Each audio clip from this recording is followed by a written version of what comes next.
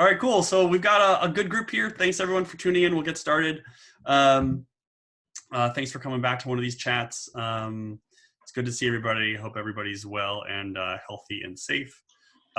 Today we have Allison Feldman, one of my colleagues at the Urban Institute, who's going to talk about, well, you want to start about talking about your background a little bit, and then you can talk about your work at Urban, and then I'll make you I think I forgot to make you a co-host, but I'll make you a co-host. There you go.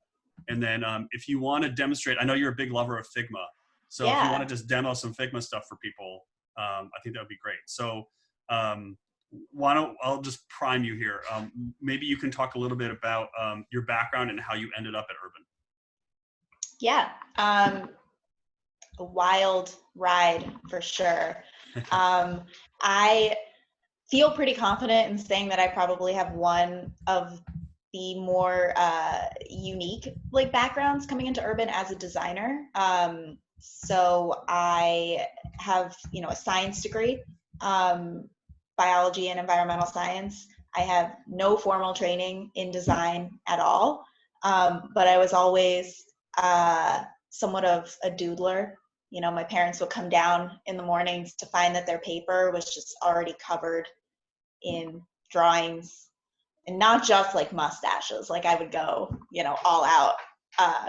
Right. And so my mom, was always trying to stick me in art classes, but I was like, no, I'm going to be a scientist. And my dad, he's completely in the tech world. He owns a small business and does webcasting. So really, it's kind of funny that I ended up here doing art and tech, and it almost blends that together with my love of science, because I think that's really what I was hoping to get to at some point, was getting back into something that was more data driven. I spent a lot of time kind of working my way into the design world over the past few years, but this is really, I think, I finally found what I'm not only good at, but what I love to do. Right. So from Urban, I actually came from a corporate law firm, and I did graphic design for them for 2 years. And of course, everyone asked me, law firms need graphic designers? And I was like, well, of course, because all the material is just so incredibly boring. So they need people to make it look a little right. More fun. A little special, yeah. Yeah. But I mean, quickly, it was 2 years of really great experience, but I was just so incredibly bored and uninspired.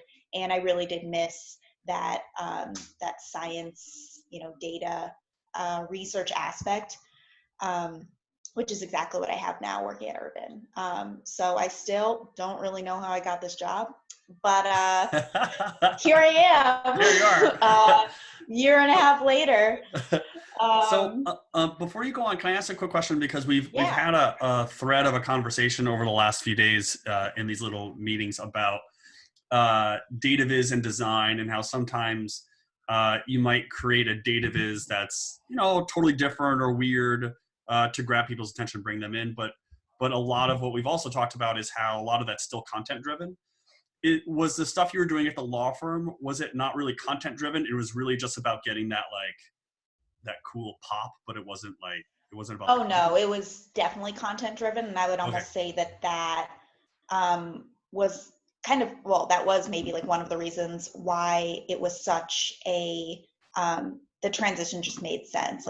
Urban was another leg up for me, right. Because it was almost that the law firm's content was their research, right? And so then I had to provide assets to actually engage and right. drive an audience to look at it.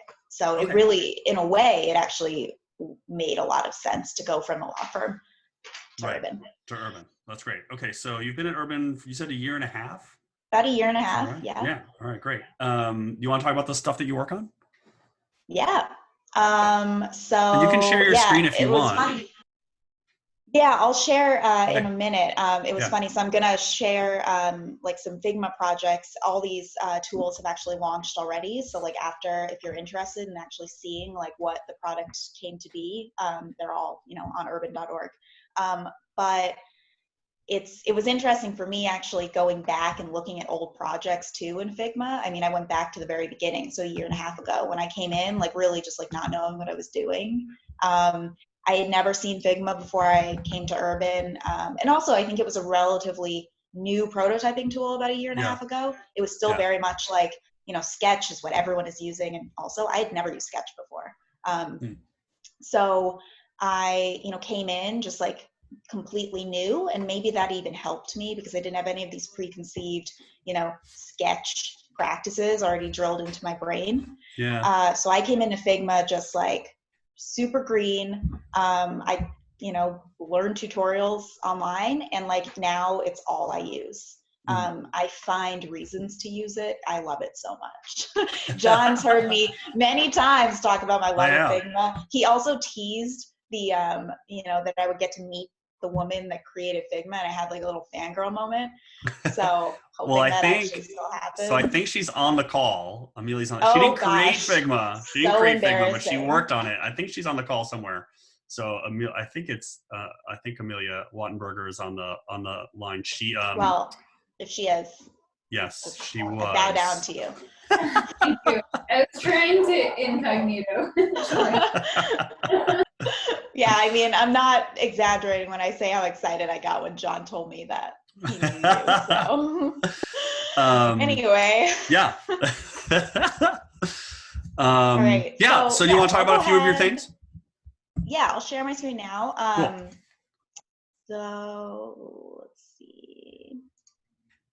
So I'm actually going to start not with anything Figma, but one of my actual hand-drawn wireframes. Something John and I were talking about, you know, before today was, you know, working at Urban, working with just a cornucopia of different personalities, all these researchers that I have to, you know, basically treat as my clients. And I'm creating a tool for them. They all have different, you know, styles. And so I've kind of learned, and I'm still learning, it's going to be a continuous process, that different researchers work differently. So some of them love to see these digital wireframes, you know, like before I used to put like Post-its up on the wall and do like card sorting exercises. But now, like, you know, 9 times out of 10, I'm presenting, you know, online. And I'm just showing my wireframes and then my mock-ups that I've created in Figma. But I've realized that, you know, sometimes some researchers are much more engaged with something that's on paper. They see it as something that's more in flux. They see it as something they can collaborate with. So the first project that I'll just share with you, that was, I think to date, probably my favorite project that I've done out of like the, you know, 20 that I've done so far at Urban, was this free and reduced price lunch state tracker. So it was basically a 50-state tracker, kind of detailing out all of the data on how these different states have like their free and reduced price lunch programs. And it's based on like a number of different metrics that they measure out that brings them to the creation of this program at the end of the day. So I'll just show you really quick. I literally went back to the drawing board for this one, and I brought in, you know, these paper wireframes, which I do every once in a while. And my boss actually sometimes will like walk over to my desk and just watch me do this because he's like, I just don't do this anymore. So I'm like fascinated by it. But yeah, so I found that just like having something, distributing it out with paper, and then seeing them with their red pen, you know, metaphorically or literally, marking it up can be really, really valuable for how I get feedback and how, you know, I can in turn like throw it right back to them. Mm-hmm. So now I'll show you, let's see, I'm gonna share the screen again, just have many windows open. Okay, so now I'll show you kind of like how that came to be in Figma. So I don't know how many people have used Figma before or other prototyping tools. I'm assuming if you've used other prototyping tools, this shouldn't come as too different for you. But, you know, for me, again, coming in here, not really having ever used one of these before, I mean, I've, you know, become close to an expert, or as how much I could be with Adobe Creative Suite. But, you know, this is almost like, I don't want to say Illustrator for Dummies, but it really allows you the freedom to create, and then you have all of these really cool functions that allow you to share it with others. So you can see in here, I mean, you're able to really create frames based on any size screen that you want. So this is just incredibly helpful, as you can imagine, when we start like doing mobile. Because you're getting every single phone, you know. It was just funny, like after the 11 came out, it's like it was in here so soon after it came out.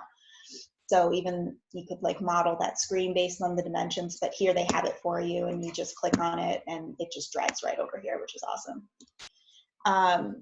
But this is, you know, normally I would go in here for my wireframes, but this is obviously the mock-up stage. And you know, I can come in here and just truly model exactly what this will look like on the web. But you can also see, you know, I'm dropping in like image assets, and I'm able to play around with like the body copy content well. But then you can go so detailed in here to actually just create anything you want, you know, just like text boxes. You bring in your color palette, whatever your brand guidelines are. You know, bringing in more images, and you're really just able to model exactly, you know, what this is going to look like. And then here's, you know, something I was playing around with for mobile, you know, on here. This isn't exactly what it looks like now, but you can see some of the projects. I have so many different frames open. I've like iterated and iterated until I can't possibly do it any longer. But this project too was just so fun because it was based on me doing a lot of research about all the different foods that states are known for. And this was totally like on me. Like the researchers were very much like, here's the data, you know, do what you will with it. And I just thought that this would be like a really cool opportunity to actually like have that human element in here. So it's like you have, you know, a senator coming from Mississippi, and then all of a sudden he sees okra, you know, and like someone else might just like blow right past that, but maybe he like comes in and he's like, oh wow, that's actually kind of cool. Let me dig in deeper to this. And we saw that with like a lot of like the tweets that we got after this launched. You know, people like had just as much fun playing around with it. And all the design pieces here, you're making those in other tools and then bringing them in here? So actually, most of it is just created in Figma. I mean, this, you know, is an image asset, this tray with the food on it, but everything else you can see as I'm mousing over here, all these boxes, these are all just different elements here. Most of them just text elements, but I mean, you can draw out, you can get really creative in Figma. And I'll show you, this is another project. Here's an example of like when I actually just come in starting with wireframes, and then the difference, you know, between the wireframes and the mock-ups here. You can see, you know, how detailed you can get. You have your tile map in here. You can start kind of like highlighting around the tile map. Like this tile map itself is an image asset, but, you know, then here I am like showing what it'll look like when you actually mouse over a state, or, you know, you have one that's actually highlighted. So I like really went in and created that little box just from like what I'm seeing here. So, and then here, just what the actual native is, like that's all created in Figma, just with like circles and lines and dashes and text. So you can get really, really in the weeds with Figma, depending on how comfortable you are with it. And I mean, that was the thing, is like months and months ago, I was bringing in many more just like already created assets from Illustrator and Photoshop. Now I can like kind of come in and like sometimes even draw my headers right in Figma, because it's built to just like work with the web, and you can import and export things like right from Figma too. So it's really great. Can you talk a little bit, since you have this census project up, and I just put it in the chat box, people check it out. Can you talk a little bit about the illustration? You and I have talked about it at length. Yeah.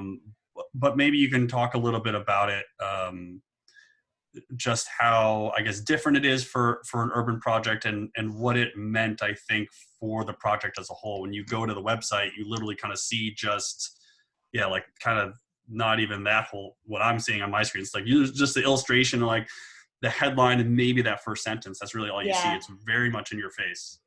Yeah, some of my colleagues know that since I've gotten to urban, I've kind of been trying to push, like what are the limits that I can get really kind of like whimsical and, kind of go above and beyond with our color palette and really just push the envelope on these kind of things. And I felt like, whenever I get a new project and we have those kickoff meetings and we start brainstorming, I'm always from the onset really looking for ways that I can bring personality into the tool, because, I have a science background. I love data. I love numbers. I love graphs. I love charts. But, I think you really have to think about your audience. This is always, it's one of the questions that we drive home to our researchers is, who do you want actually looking at it? Because if it's going to be more of a layman audience, they're going to get lost in like a detailed chart or detailed graph. And so there has to be a way that we can like marry this creative, engaging element with your engaging charts, because the data is so important. You don't want it to become lost in figures that only a slice, of the population can understand. So with this census illustration, I just, I knew coming in, census, it's people, it's diverse people, it's people of all ages and all races, all ethnicities. So I think it was very obvious that it was going to be some sort of, collage to me, that it was just kind of taking all that in, all of the diversity, and we want something that's going to be really scalable for all of the ways that we use the illustration. This illustration has become like something that's used for social. It's been a GIF. It's been used in newsletters. It's been used in presentations. I think this illustration has taken on more forms than any other one that I've done.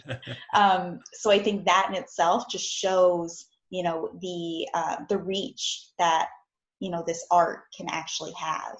Yeah. And I think it was also important for me, designing the tool as well as just the illustration, to have some sort of, like consistency between the two. So all of these colors, like they're not just colors I like spit out, on this page. Like they're all really strategic colors from our palette.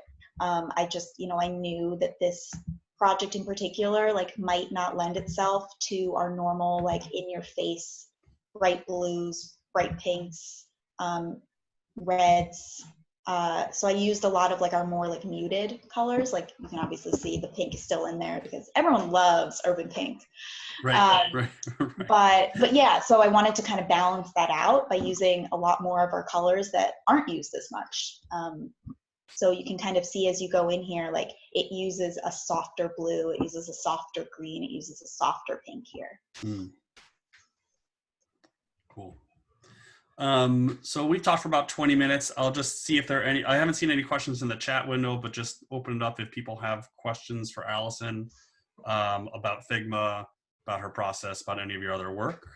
And looks like Anne has a question. Okay.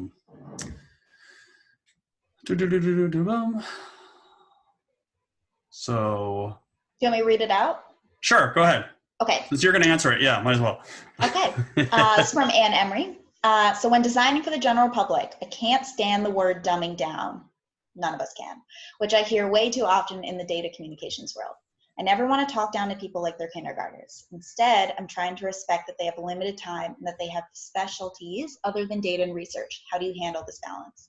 So that's like exactly, I think, what I was just talking about is, you have to realize that you're going to get a lot of different eyes on each of your projects and your products. And it could be someone that is so in the weeds with this data and, you know, knows the ins and outs and wants to download the Excel file and play around with it themselves and create even their own maps and figures. Or it could just be someone like me who like literally has no idea what the researchers are talking about half the time. And I think, you know, that's kind of where I'm coming in, is to, like I said, kind of like provide the balance between all of these hard numbers and the figures and a chart that you might get lost in. I mean, that's the reason why we have designers on this. It's like, we have to make this digestible. We have to come in and like, if this is too complex to understand, design it in a way that it's easier to understand and easier to comprehend and easier to get your point across. I think that's one of the biggest challenges, is that every single project and every single piece of data is going to lead to something different. So, you know, every single project that I get is a whole new challenge of how to make this readable to, you know, the most people in the best way. Because of course, we get this 9 times out of 10 when we ask, you know, who do you want your audience to be? And they say, well, we want 1 and 2 and 3 and 4. So I'm like, well, everyone. So of course you want everyone to be able to get the most out of your product. And I don't really think that's realistic. So I think it's a way of kind of tempering that and, you know, figuring out there might be different ways to reach people throughout. You know, maybe some people would respond more to this graphic versus some people would respond more to text and more of a narrative. Some people respond more to just having an image. I think there's ways to kind of like balance it out. I don't know if that answered your question. Can I extend that a little bit and ask, when you start working on a project and you bring a researcher or a research team a sketch, say you had your food sketch, I'm going to guess at 9 times out of 10, they're like, oh, this is great. But the 1 time out of 10, or maybe it's more, I don't know. I guess that's a first part question, is like, what is the share of people who are like, I don't want this? But for people who say they don't want that sort of illustration, not because they don't like the illustration, but because they think, kind of on the dovetails of what Anne was saying, they think it kind of dumbs down the content, or it's like simplifying. How do you respond? Do you get that a lot, and you have to like, and how do you respond to that?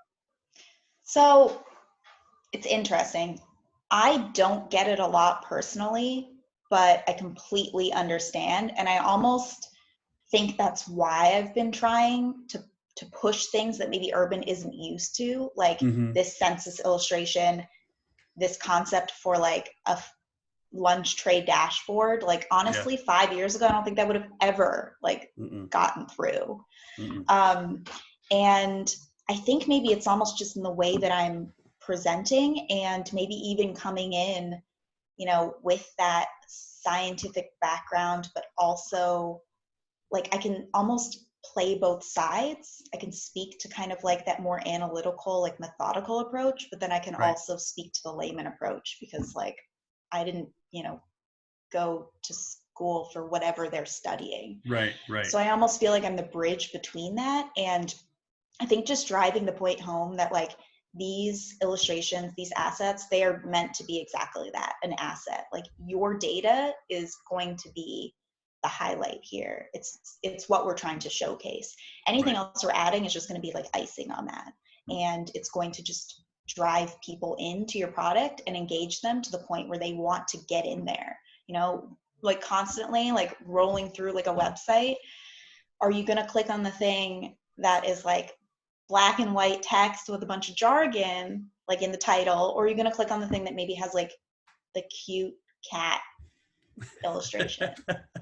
So I think it's kind of just so I totally understand. Yeah, it's like hopefully they're not seeing this cat illustration now as something that's dumbing down their research, because we're in a whole new world. Like it's 2020, people like communicate solely with GIFs sometimes. I mean, I think that's kind of part of it. I think we're entering like a new world of how to communicate our research, and it's going to obviously take some time. But I think, you know, just like we no longer, I remember back in college, like just reading like 50-page research papers with like black and white figures and being like, this is never going to end. Yeah. Like if only there was a way that like just If only. something like, oh, some blue came in here to just break up the black and white. So yeah, I think it's partly probably just like a shift in the way that we are communicating. Mm-hmm. And, you know, like depending on your generation, depending on how you yourself present research, like I agree that can be incredibly challenging. So Right. I think it's just kind of on me to show the benefits of it and try to kind of like balance Make the it case. out. Yeah. We're only trying to make the case. And like, I'm at the end of the day, like I'm presenting something, and if it doesn't fly, it doesn't fly. And like, that's not on me. And I know not to take it personally. It could just be like the wrong way to communicate what they want. So then it's working with them to figure it out. Okay. Folks have any other questions on the line? I mean, there's one more thing that Allison and I can talk about, but obviously this is intended to be more of a chat than just, than you all watching us talk. So I don't see any other questions in the box. So let me just prime you to talk about one more project, which is the cover for this book. So this is the new book that I wrote with several colleagues at Urban, and Allison designed the cover, and you can see it has this sort of wraparound. Again, that sort of person illustration, but not as I think as detailed as the one you just showed. So do you want to, I don't know, maybe talk about the process for this, because we went through a bunch of rounds with this. Oh, so many rounds. So maybe that would be helpful for people to hear. Like, they don't just like show up, right? It's not just like one draft and you're good. Okay, so I will start with just like a personal anecdote of maybe why I never wanted to be an artist. This is 100% my personality. I'm like very type A. I'm a perfectionist. And I hated art classes because, you know, we'd get the assignment and then I would do it and I would be done. And there would be nothing more to do. And I would sit there in class being like, it's done. Like there's nothing else. And of course the teacher couldn't just have me sitting there doing nothing like after the second class when it was supposed to be like an 8-week project. Right. So that early on was why I was like, art is not for me. You know, I am like, I do it, it's done, it's right, and that's it. And I have learned now as a designer that is absolutely never the case. It's never done on the first try. And if it was, like, there would probably be something wrong with it. You know, it's like this iterative process is what makes your end product great, because you're getting that different perspective from other people coming in and looking at it, which is like paramount. I also was really bad at group projects. Like if you're picking up at a pattern, I was the one that did the entire group project for everyone because I didn't trust anyone.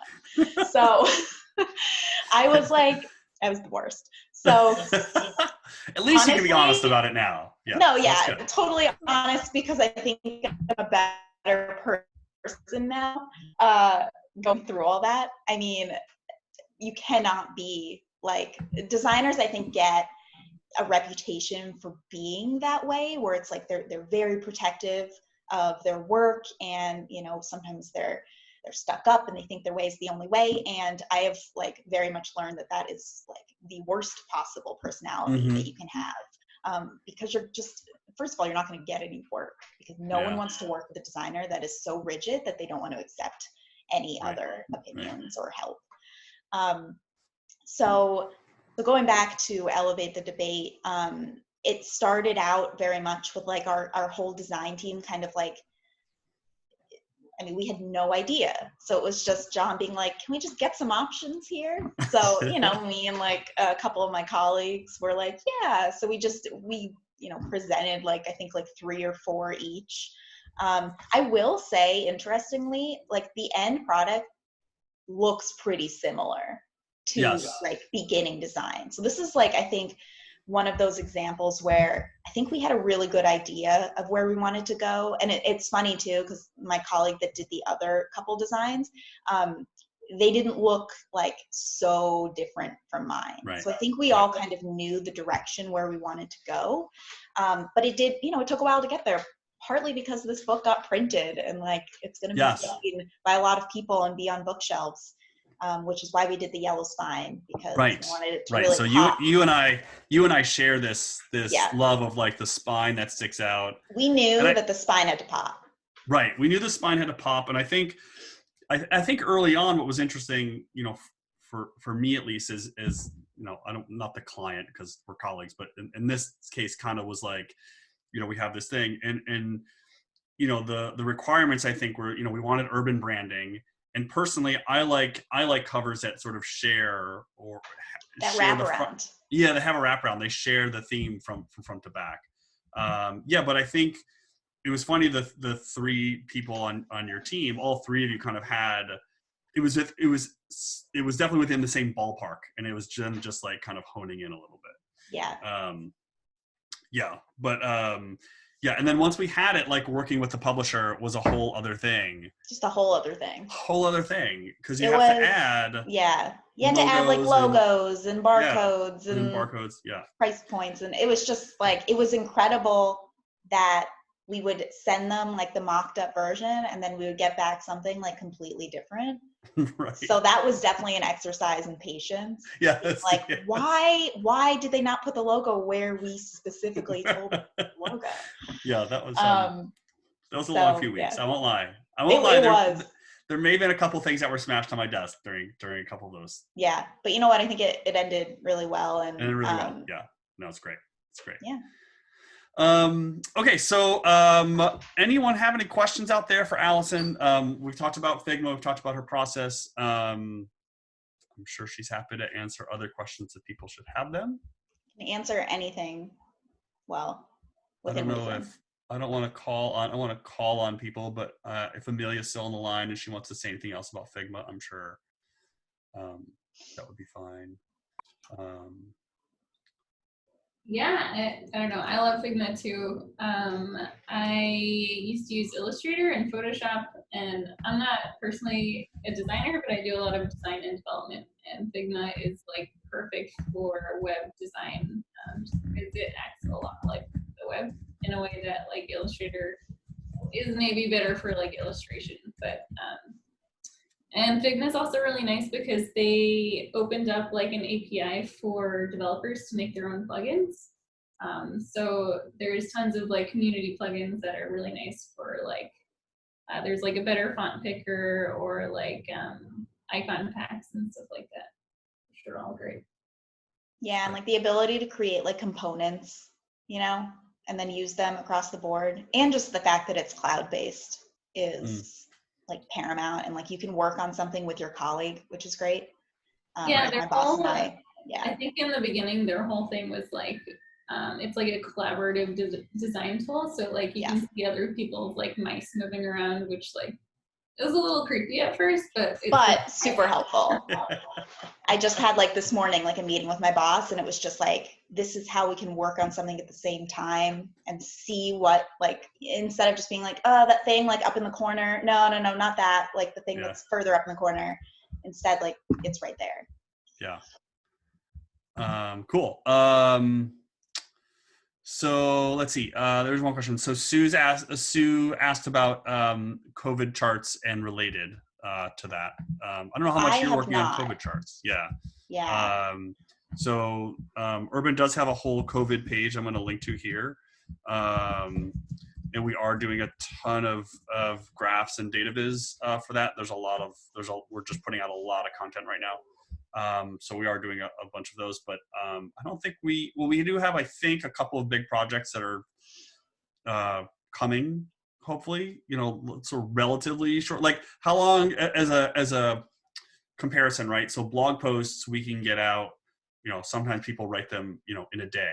But like the Census 2020 project from when you were brought in, which was kind of, you know, once the research had kind of gone through some phase, but like when you were brought on, how long did it take to go from that stage to the final website? I think 3 months. Yeah. 3 months is our typical like timeline for features, like the big interactive features like those. Sometimes it's a more aggressive timeline. Like the education team we've worked so, we've gotten, I think, on, it's probably not the best thing, but we allow them to be on a more aggressive timeline just because we can really just like plug and chug and like we work with them so frequently, I think that we've like we're able to just push things out faster. Yeah. But typically, yes, it's like a three month from like the time that we have that kind of kickoff meeting with the researchers, and like, their data is like already there. That's why we're having the meeting, is that they're ready to like make a tool. Right. So yeah, so I think some of what we would probably call features are going to be, I think, for COVID related stuff. They'll be in depth, but be a little shorter time span.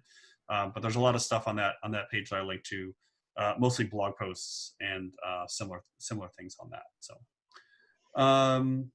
anybody else have any other questions or comments? Okay. Well, I don't think we need to belabor the point. The idea is just to have a casual chat, so we don't need to try to fill out the last 22 minutes. So I will just, before we go, just remind people that this is what's coming up the rest of this week. So tomorrow, Andy Kirk from Visualizing Data will be chatting with us, Visualizing Data with 2 S's. And then Thursday, Harry Stevens from the Washington Post will be here to chat about his animated data viz project, which I'm sure everyone has seen. And then Friday, we'll have Echo Rivera, who is on the presentation side of things, come chat. And then again next week. So looking forward to that, and I'll post all the invitation stuff to the website soon. And yeah, don't think there are any other questions, so I will say goodbye. Allison, thanks so much for doing this. This was fun. It was fun. Always great to see you. I'm sad I don't get to come down and say hello at the office. I know. It could be years. It could be. Thanks, everybody. Be well, stay healthy, stay safe, and tune in later this week for more of these. For those who want to know, the videos will be posted later in the week as soon as I have some time to stitch them together. So thanks, everybody. See you all soon. Bye. Hi, everyone.